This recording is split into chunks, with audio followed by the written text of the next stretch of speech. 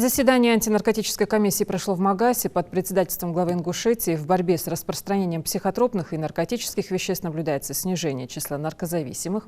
Рост наркомании в Ингушетии снизился благодаря совместной деятельности правоохранительных органов и реабилитационных центров, отметил глава.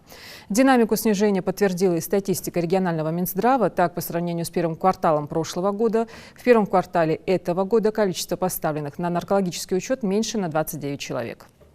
По мнению Калиматова, одной работы правоохранительных органов и учреждений здравоохранения недостаточно. Более активную позицию в борьбе с наркотиками необходимо занять общественным организациям, муниципалитетам, учебным заведениям. У нас главы районов на местах, сельских поселений, ведомства. Нам надо просветительную работу больше проводить. Имеется в виду разбить категории на учете стоящих, социальные группы, какие они. Если это молодежь, какого возрастного порядка, да?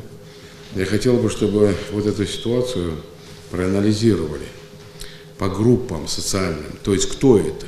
Если это безработные, значит, одно. Населенные пункты, муниципалитеты, какие? Откуда у нас эта беда идет? У нас же, в принципе, не присуще это, жителям республики. Откуда это все идет? Ну, будем сейчас 20 килограмм, 36 килограмм, 50 будем изымать. А дальше что? Надо конкретно работать на местах с людьми. Ваши протоколы никому не нужны, если хоть одна жизнь человеческая от наркотика у вас в районе, в селе умирает. Мы бумаги-то все стерпит, как говорят. А нам надо реальную работу, по-доброму, по-человечески.